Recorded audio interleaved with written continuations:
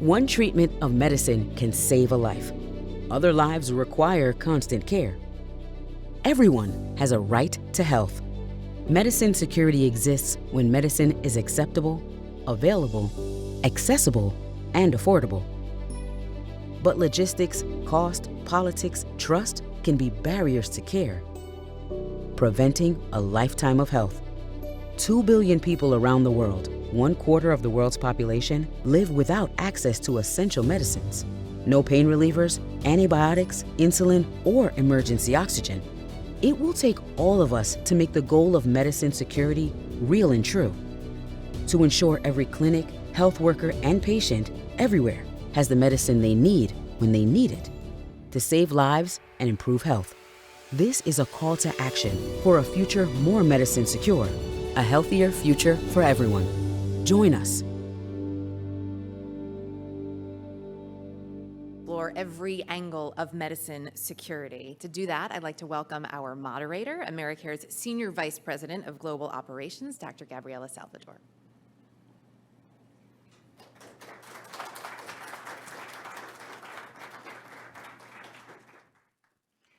Thank you, Erica, for the introduction, and welcome everyone to this panel on today on medicine security. Medicine security means that every clinic, health worker, and patient, everyone around the world, will have reliable and equitable access to the medicines and medical supplies they need to achieve good health. Right? To meet this goal, Americares believes that communities need medicine availability, affordability, accessibility, and acceptability. Communities without any one of these 4 components can be medicine insecure. And more often than not, these components intersect and are underscored by individual poverty. So as you heard on the video, nearly 2 billion people have no access to basic medications in the world. That's roughly 1/4 of the global population. And that's unacceptable. And if we add medicine quality to that equation, that number grows significantly. So today we'll be discussing how medicine security is critical to individual, community, and global health. So let's meet our panel. Joining us today is Elizabeth Ashburn. She is the Executive Director of a Partnership for Quality Medical Donations, or PQMD. Elizabeth is responsible for advancing PQMD's commitment to champion and improve standards in medical supply and service donations by developing the vision, strategy, and leading the execution of the organization's pillars of work. Welcome. Also joining us is my colleague, and many times to my benefit, my thought partner, Dr. Julie Barwitz. Julie is Americare's Chief Medical Officer and Vice President of our technical unit. As part of her work, Julie supports Americare's commitment to increase access to quality medicine for low-income and uninsured patients worldwide. And last but definitely not least, is today's panel is Dean Michelle Williams. Michelle is Dean of Faculty of the Harvard T.H. Chan School of Public Health. And she's also part of the Americare's Board of Directors, which she joined last year.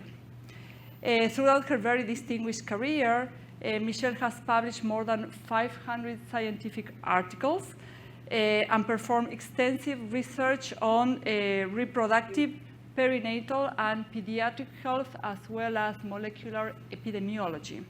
So welcome, the 3 of you. Thank you for joining us. And so at the beginning of our discussion, I gave Americare's definition of medicine security. And I mentioned how we consider acceptability, affordability, accessibility, and availability to be the 4 main pillars of medicine security. So I'd like to take a moment to ask each of our panelists, with all the things that need to happen, right, to achieve the goal of medicine security, in your view, what is the top priority and what's the first step? And I would like to start with Michelle. Thank you, Gabriella, and it's such a pleasure to be a part of this esteemed panel and to be a member of the Americares community. As a public health person, I will say equitable access to medicines is foundational. First and foremost, access to medicines, and I include vaccines in this category, is fundamental to assuring population health and well-being. And I want to use the example of COVID as a way to frame why I say this is important. Just over 3% of the world's of people in low and middle income countries, low income countries, are vaccinated right now. That is only 3% of people in low income countries have at least one dose of vaccine, life-saving vaccine for COVID, compared to more than 60% of people in high income countries. So equity has to be a factor in assessing and appreciating the statistics that I shared with you. I want to share another striking statistics. Of the more than 10 billion doses given out of vaccine worldwide, less than 2% have been administered in low-income countries. Vaccine inequity is slowing the economic recovery of entire countries that have been impacted by this pandemic. So I want to share, just when you think about the loss of capacity for economic recovery in places like Ethiopia, the Democratic Republic of Congo, and Uganda, the loss of opportunity for economic recovery undergirds everything that would then speak to the importance of development and economic stability to support and enable health and well-being. So in my view, the COVID vaccine inequity is just one very poignant example of how foundationally important it is to have medicines equity as a pillar for economic development and everything that flows from that, including health and wellness and well-being. Thank you, Michelle. Very compelling. And it's a big challenge, hopefully also an opportunity. Right? Julie, how about you?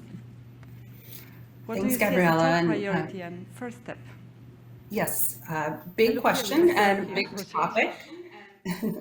Really excited to be on this panel and talk about this really important topic. I think I'll continue the partnership theme and say that, we highlighted the 4 A's that influence medicine security, and they really are so interconnected. It's so hard to think of a single priority because one often impacts the next. And so for me, a top priority is having a more coordinated approach across all the different stakeholders that are involved in medicine security. So really linking even more, I think, the issue of medicine security with universal health coverage.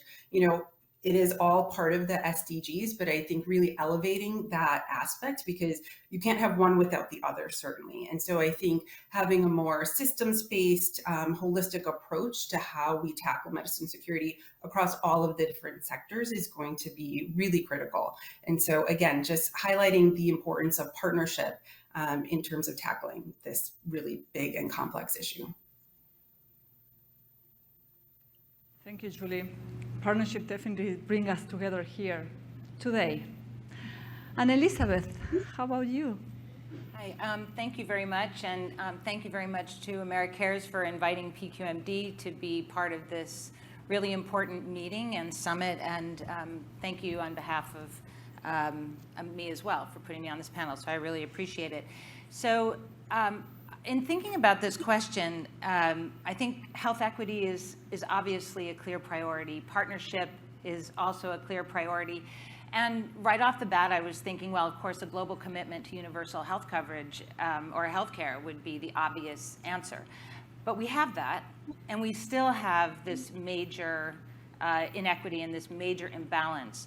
And so in thinking about what I would say is sort of the first step or top priority, a colleague of mine mentioned to me that the word in Chinese for crisis is made up of two characters. And the first character is danger, and the second character is opportunity. And I think that not having access to universal health coverage and quality medical support is in fact a crisis. And so I think it really does talk to the need for innovation and a demand for innovation and at the country level. And so I think in terms of what I would recommend as a first step is to really go to the country, listen to the countries in which we're working, build the trust that's needed, meet the people where they are, agree on priorities with the Ministry of Health and the Ministry of Finance, and also go and talk to the communities, the community health workers, the religious organizations, the people who are actually doing the work on the ground, and then come up with a strategy to ensure quality and standards in the support that you're offering. And the health-related interventions, and include things like supply chain, delivery of products, compliance, health worker support, and basically a whole system, a strategy for whole system support. Thank you. So, equity, partnership, innovation, and engage locally. Powerful, I would say. Michelle, we know that medicines, as critical as they are just one part of what is medical care and overall public health, right? So how do you see medicine security fitting into the broader public health goals? Thank you. I really love this question because it allows me to talk about the importance of thinking about the sisterhood between two disciplines, public health and medicine. So public health is a sister that is all about preventing, promoting, protecting, and preserving health and well-being. Medicine plays an important role across all of those pillars. When you think about vaccines, for example, childhood vaccines, a public health tool, can prevent an estimated 2 to 3 million child deaths per year. It's one of the most cost-effective public health child health interventions, that we know and have in our arsenal. But then when you think about the life course and you think about what it takes to protect and promote health of adults, essential medicines central to treating chronic diseases such as hypertension and diabetes requires the other sister, the sister at the health care, part of the equation, to be sure that medicines are available that are life-preserving. And so when you think about the unequal distribution of life-saving essential medicines in places like Ghana and Jordan and Kenya, the Philippines and Uganda, where less than half the people who need these medicines have them available, you begin to understand that the two sisters within a universal health coverage coordinated system needs to have the prevention and promotion of health, and wellness from public health. And they also need for medicine and medical care to be successful, access to medicines that are essential and life-saving. So, the themes of equity, of partnership, and of thinking systems-wide, like universal health coverage, is best done when we are thinking about medicine and public health as sisters working together to protect, promote, and preserve health. Thank you. Julie, for this next question, I will disclose that having practiced medicine in the field under very diverse conditions, I am very passionate about this particular topic that I feel is too often underestimated, right? So, when we consider medicine security, we often think of a yes or no situation, right? Either the medicine is there when needed or is not, right? But we may not be considering the quality of the medicine that is available, right?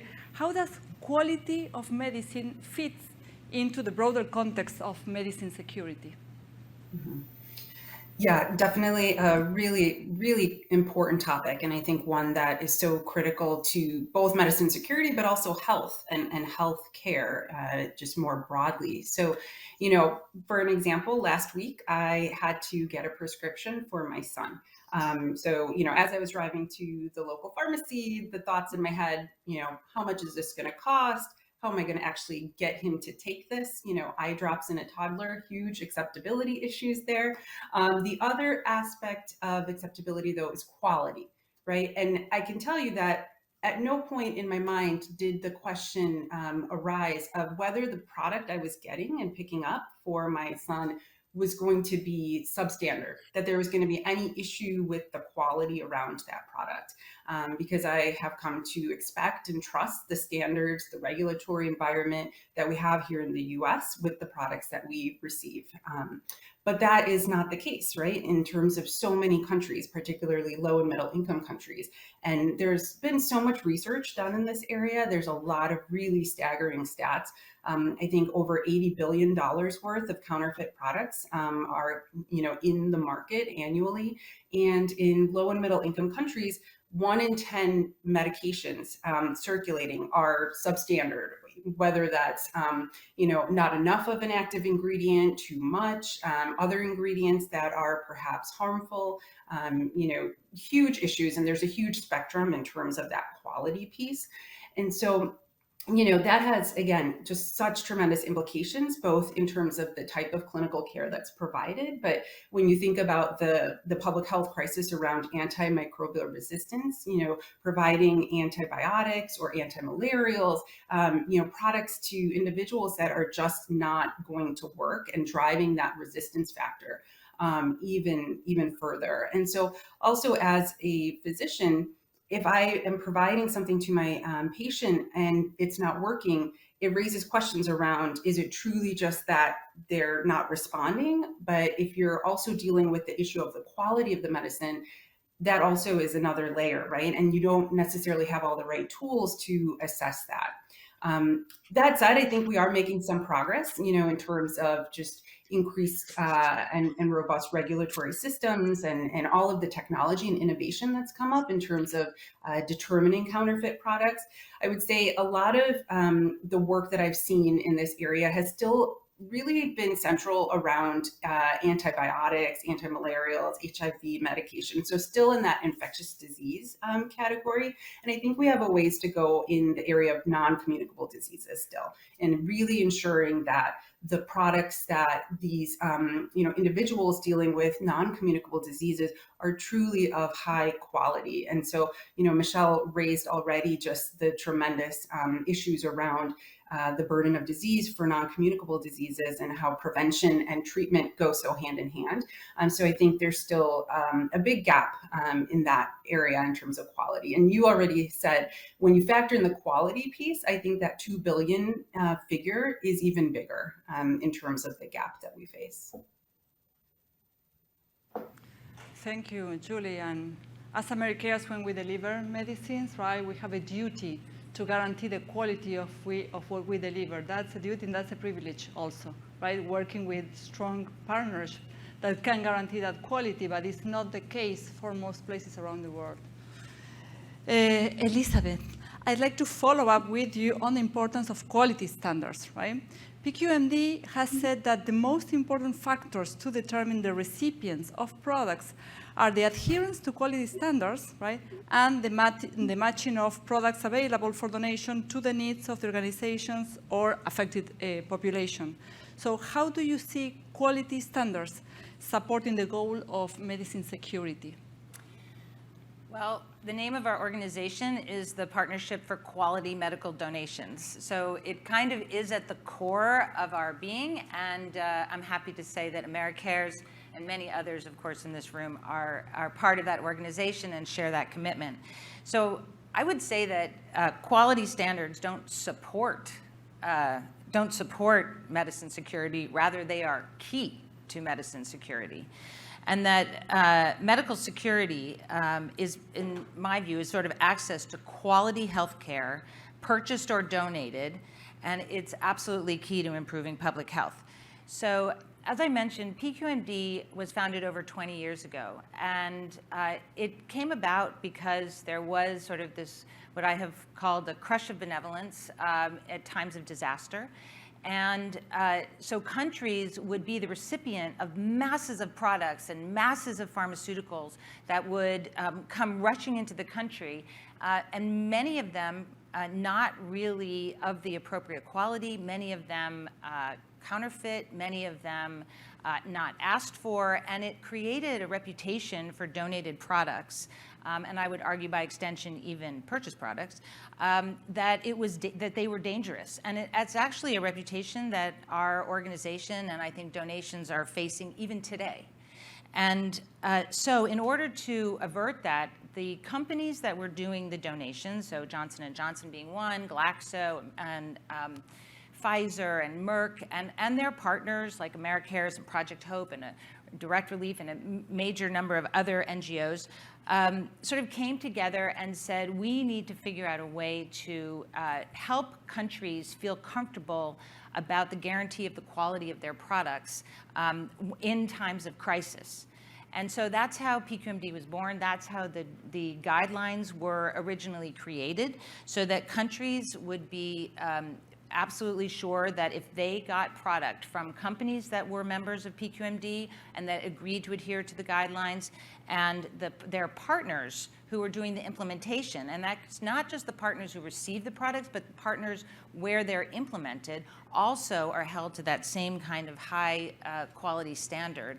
And I think that that's gone a long way to really changing the discussion. And while we certainly have the members of PQMD that are adhering to those guidelines are reviewed annually and they're distributed globally.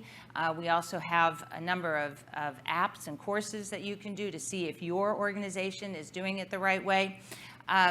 And so we hope that it will go well beyond our organization.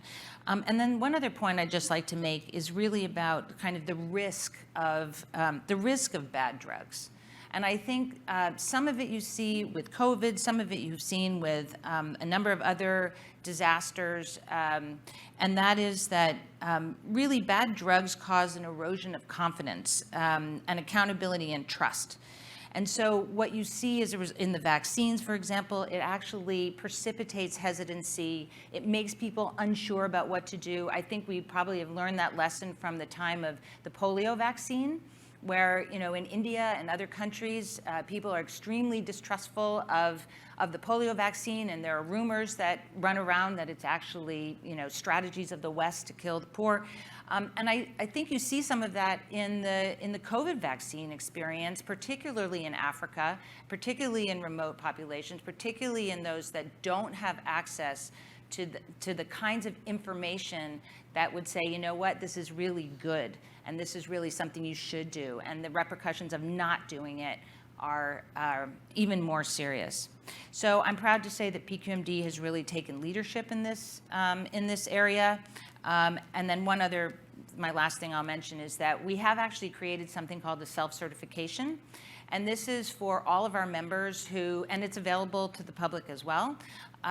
It's a certification that you can do for yourself, a checklist of all best practices in donations. And every year our members go through this to make sure that they are actually aligning with those best practices. And just in case everyone is really concerned about, oh my gosh, I'm not meeting the mark, it is always aspirational. We are always learning. We are always revising. We are always taking in information about best practices. And so just to end, I'll say that, yeah, absolutely, quality standards are key to good public health. It's a massive undertaking, right? Because you have good and bad medicines, and it takes one encounter with bad medicine to lose trust in the whole system. So the quality standards are essential. Michelle, I want to follow up on the question that I asked you previously, right?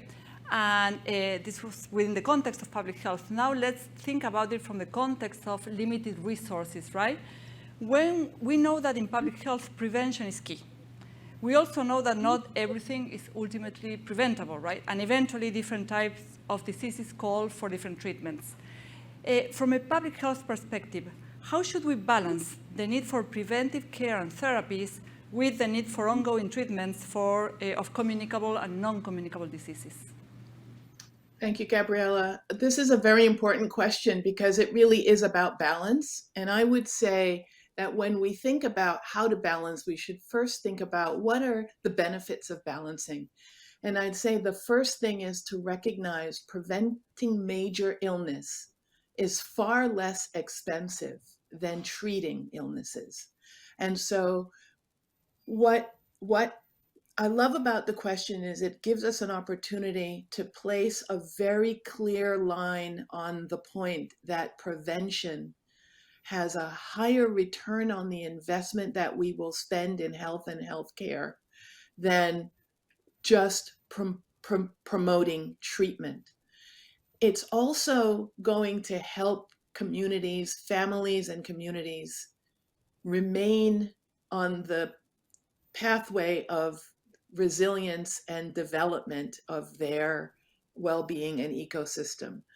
So I want to say two things. The balance is critical because vaccines, for example, will stave off many preventable disease and often deadly diseases. But we also have to have life-saving medicines like insulin available with an uninterrupted supply chain of quality insulin so that diseases like diabetes can be maintained and be controlled and can prevent untoward additional complications like end-stage renal disease or amputations, which will further challenge individuals, families, and communities from developing. So the balance is critical. But I think it's really important, particularly for leaders and for community members who advocate for their communities, that strategic investments in prevention has to be a priority with a very thoughtful and careful balance that quality life-saving medications are available as a secondary and tertiary modality for preventing untowards worsening of medical conditions that can be controlled with good medicines. So the key to this response to your very important question is remembering prevention is far less expensive and that we have to balance both preventing disease but also mitigating the harms of chronic diseases like diabetes and hypertension through making quality medicines available for promoting health.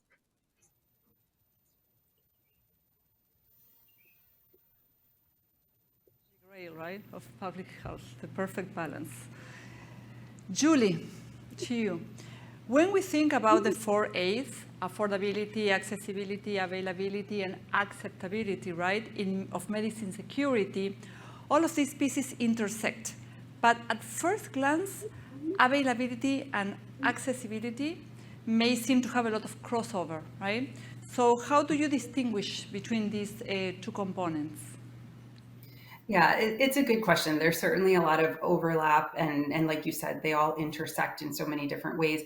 I think about accessibility in a couple different ways. One is that if you have medicines available at a clinic or a health center, but the individual or community member has no way to get to the clinic, those medicines are not accessible. And so when you think about people living in more remote areas, rural communities, perhaps there's challenges with infrastructure to get to a health facility, transportation costs. And so suddenly medicines are available, but they are not accessible. And similarly, I think at the health center level, right? So if you have medicines available within a particular country, but you have health facilities, again, in more, harder to reach locations, how can those health centers actually, get the medicines to be more accessible? And so that's why I love what some of our partners like Project Zipline are doing. The medicines are available in country, but they're using technology like drones to actually get the medicines to the health centers, making it more accessible. So really thinking about that last mile delivery and the challenges and issues, with getting medicines to the hands of the people that need it or to the clinics that are serving those communities. And I think often we think about that last mile delivery challenge in low and middle income countries, but I also think about it here in the US, using COVID as an example again, when COVID vaccines first came out, we all had to use technology, right, to make those appointments. So it was setting up appointments on VAMs or with our local pharmacy. And I think about a huge subset of the population, like the elderly or just people who had technology constraints or perhaps were not tech savvy. The vaccines were available, but they just weren't accessible because of how the system was set up. And so again, you have just different variations of how accessibility plays out in terms of when you have that local availability, but there's challenges with actually getting the medicines or the vaccines that are needed. I love that you use the term last mile, because for what you say, what I think is, okay, availability is the last mile for the medicine, accessibility is the last mile for the patient, right? Exactly, exactly. Thank you. So Elizabeth, we know achieving medicine security will take tremendous coordination and partnership, right? Partnership is, of course, one of our goals today. So what are the best practices that you've seen around partnering to donate and distribute medicines, and how can we ensure the best practices learned at the donation level, right, are shared with those receiving the medicines? Thank you, Gabriela, and that is sort of the $100 million question, right? How do we translate those best practices to the community level and eventually the patient? And I think it comes down to the fact that partnerships are really all about trust and all about sustainability. And the way really that we have 20 years of experience at PQMD doing this, and whilst obviously some of our members have been fierce competitors, they are now collaborators, and over time they have, together really tackled devastating diseases and disasters. And right now we can only think about COVID in Ukraine, but I take you back to 2017 and 2018 when we had, as you recall, something like 17 natural disasters simultaneously, and everybody was saying, oh my God, we'll never see this again. And at that time, there was tremendous engagement of partners, both on the private sector and on the at the NGO level, and also with the public sector in the countries that were affected by these disasters. And then I think that they have really, that has really sort of precipitated and facilitated the kinds of relationships that we're seeing now through COVID, which increased even more, and the same thing with, and now with Ukraine. And I think the difference in the last two major issues, right, so COVID and Ukraine, not to forget that there are still disasters going on all over the world while this is happening, is that they sort of touched everybody globally. And so the importance of partnership really, I think, was exaggerated and accelerated. And we always talk about the time to make a partner is not when you're all of a sudden in some kind of crazy situation, but you need to make it well before, so that you are trusting each other, you understand what your capacities are, you're able to coordinate easily on the ground, and you're able to facilitate so that the patient, when it gets down to the patient level, they have confidence in the players that are part of their treatment, that they are players that are part of their delivery of medicines. We have so many best practices that even in thinking about this question, it was really hard to pick out kind of which ones are really terrific. And happily, you're going to hear a lot about the Americares partners and the organizations that they're working with, and some of the most outstanding best practices that we have. I did want to say that recently in Ukraine, we recently had 4 partners working together to deliver essential medicines to Ukraine. So International Health Partners in the UK and Project Hope, International Medical Corps and Medical Teams International. And in Ukraine, quite a lot of the effort is bringing the product down to the local level. because that's actually where it's critical, and that's why these partnerships are so expansive, unusually expansive. We have Takeda and the Max Foundation that are bringing life-saving cancer treatments to patients around the world. Amgen, and I'm assuming these names are familiar to you, Amgen and Direct Relief, sort of bringing sensitive medicines to 33 countries directly to health clinics and hospitals. We have a number of organizations that are companies and NGOs that are working directly with health clinics and hospitals and facilities, as well as through the Ministry of Health. But particularly in a situation where there's a disaster, there's some disorganization, I'm happy to say that most of our members and most of their partners are not engaging with these organizations and these institutions for the first time. These are organizations that have been working in the Ukraine, or working in Africa, or working in Nepal, or working in some of these sites where there have been such major disasters for the long term. And I think I'll talk about some of that later, but I do think that it's really important that partnerships have some depth, they have some experience, and they have some sustainability, and really focus on the country's sustainability and resilience, and not just sort of on one-off urgent response. I think in order to be most effective, and certainly at the local level, that's critical. Thank you. Definitely, partnership is a must to achieve goals, right? Yeah. And probably breaking silos through different sectors, right, to make the most effective partnerships. Thanks. Michelle, for medicines to be truly acceptable, available, accessible, and affordable, right, capacity is key. So how do you see capacity building, right, impacting medicine security? Yeah, thank you. I really love the response that Elizabeth gave, because it segues beautifully into talking about capacity building.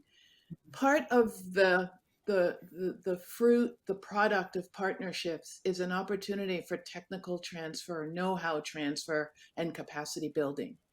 And I see the experiences that we've had most recently and ongoing with COVID highlighting the significance of capacity building as central to our building resilience for health. When you think about the investments that we all make in forming partnerships and nurturing partnerships, those partnerships are best when we are in a more horizontal relationship than a top-down relationship. When Julie was responding to your earlier question, Gabriella, I was so enamored that she brought up the Zipline project, because that's an example of where solutions can come from the global south, where capacity building can happen from the global south to the north, because that zip line, that last mile solution to access, came from a low income country that had a group of individuals who were solving a problem, and that solution comes from the global south. So in response to your question, I want to put an accent on the fact that capacity building can work both ways. Solutions can come from low-income countries and help high-income countries, and the other way around, of course. I also want to put a highlight on the importance of strategically investing in capacity building. I've been an educator my whole life because I believe in capacity building, but institutions like the NIH, which has been funding programs since the mid-1980s in response to building capacity in low and middle income countries to confront AIDS and HIV. That near 40-year investment has now developed a cohort of individuals who are working to develop diagnostics and therapeutics in response to AIDS, HIV, malaria, TB control. And so I put this as a point to say these strategic investments, and they are investments, are critical for all of us because we are interconnected in so many ways that COVID has highlighted. The other thing I will say is it's fundamentally important that we not rest, however, because we know that we still need to invest in building capacity and building infrastructure for the talent in low and middle income countries to continue to do R&D and innovate. And if we do that, we will have an opportunity to really bring the best talent that's available globally forward in building solutions to the pressing challenges that you all in Americares know and are struggling with, like the rest of us. Solutions to climate change, solutions to being prepared and to be responsive for the next threat. These are all strategic positionings that we can be prepared for if we invest equitably across the global north and south in having people who can bring solutions forward and then close that last mile. Michelle, it all connects, right? Because we're talking local engagement, local ownership, and then we're talking investment in building capacity as an exit strategy for top-down interventions, right? Because the solution is a shared exercise. I want to pause a little to see if there are questions from the audience, either here or virtual. Someone who wants to address the panel?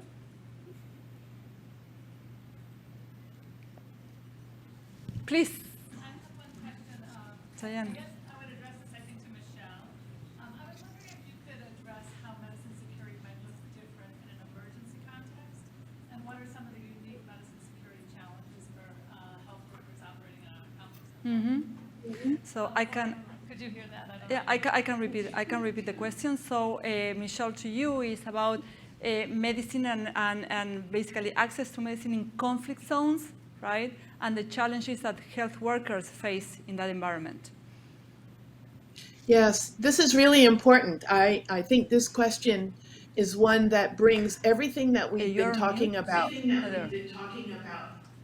No, now we for can the hear you. last Sorry. minute.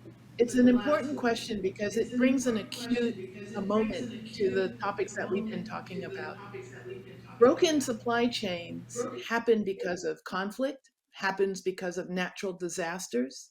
And we have to recognize that one of the public health responses and preparedness activities that we have to do is to be sure that we have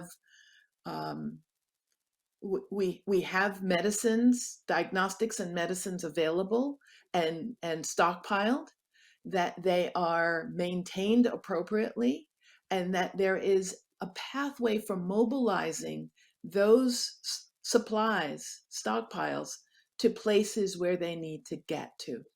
That requires planning and strategy and having a workforce able to execute on that planning and strategy.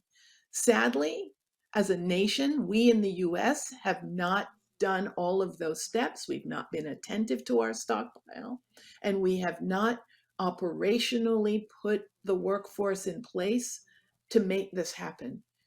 Sadly, we are seeing what happens in conflict zones right now in the Ukraine, where life-saving medications, the supply chains, the access to these are impaired.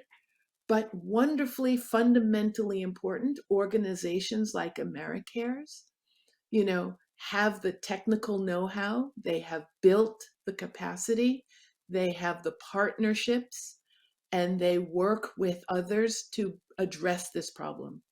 So I would say one of the key things we must appreciate is there is a playbook, but a commitment to ensuring that all parts of the playbook are ready and operational will require leadership and governance, and again, come back to this word of partnership.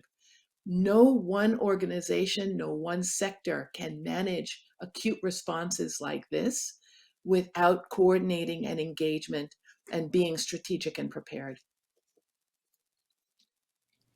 Thank you.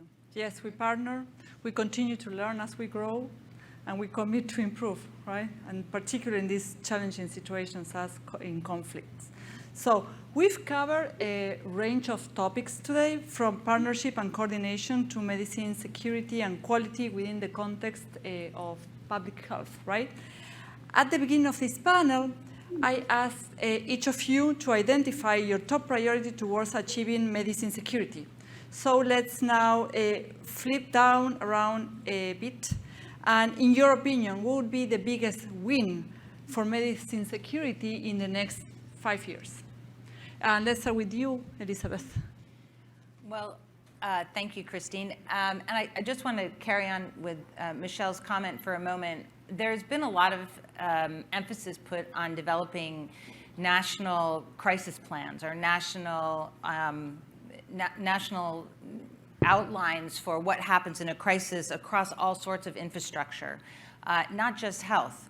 And one of the things that we really didn't talk about much today is the intersection. I think Michelle mentioned it actually at the very beginning, but that intersection of the economy, of the social situation, of the politics, and of the general security of a country. And I think that health and health assistance and the 4 A's, as you were talking about, really aren't just about health, just about personal health, but the health of an entire country. And that means that you really have to approach it in a multi-sectoral way. Right? Good public health isn't just about good medicine. It's about the health of a country. So I just wanted to add that in. But in terms of what I think would be the biggest wins is, well, first of all, that donations we call it sort of beyond donations, and actually the PQMD did a global health policy forum about it. It's that really donations are always meant to be kind of a assistance during an urgent response. And they're not meant to be a solution. So donation programs really need to be coupled with sustainability strategies and resilience strategies. And again, Americares is such a great example of doing that. It's not just going into countries and organizations not just going into countries for a one-off and leaving, but rather having a sustained commitment to those people. And honestly, the World Health Organization and a number of others have really recognized that and have put various mechanisms in place to assist countries in doing that. And then countries would have a sort of codified and actionable plan for a disaster, and particularly medical security and crisis. The donors and partners are, in 5 years, are happily coordinating with each other around sustainability plans and solutions to access to quality health care, and they're all supporting the health systems in which they're working. And I think there's a number of other things that can be said about that. And then also that the global health community really, as I said from the beginning, embraces innovation and is known for its nimbleness and agility as a way of characterizing the future response to a global health crisis. This question I took is really aspirational, so I'm throwing that out there. And then just as I was coming out here, one of the Americares colleagues said to me that when I said, what would be the biggest win? And she said to me, an unimpeded flow of quality medicines around the world. And I thought, well, if we're thinking big, let's go there. So I thought that was great. Yeah. Thank you. Julie, what would be the biggest win for you? Thanks, Gabriela. I'm going to take maybe a different angle and say that the biggest win for me would be if we could leverage medicine security, so many different aspects, whether it's quality, improved supply chain, last mile delivery, to really make even more progress in the area of non-communicable diseases. I think we've touched on it a lot, but when I think about the socioeconomic impacts of NCDs globally, the burden, the death, the disability, I think, leveraging improvements in medicine security to really show improvements in NCDs would be a tremendous win in the next 5 years.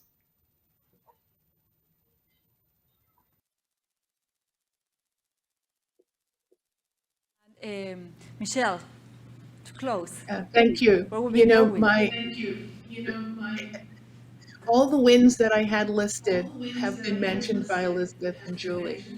So I will just say one thing, and that is, I hope that we leverage all that we've learned over the last 25 months of this pandemic and what we're learning now in the other crises that we're facing. And we make a commitment, all of us together, to break that cycle of panic and complacency, so that we raise the baseline for everybody and we are better prepared, more responsive, and more resilient globally.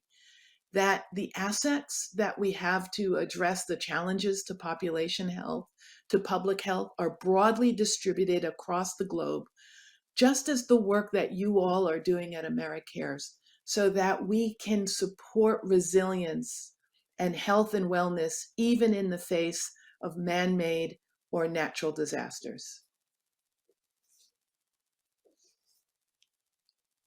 Thank you, Elizabeth. Thank you, Julie. Thank you, Michelle, for your insights and your time and for joining us. And thank you to all of you for being here today. Medicine security is an audacious, big, challenging, but totally worthy goal. And I'm excited for us to work together to find ways to move step by step towards a world where everyone, everywhere, have the medicines they need to achieve good health.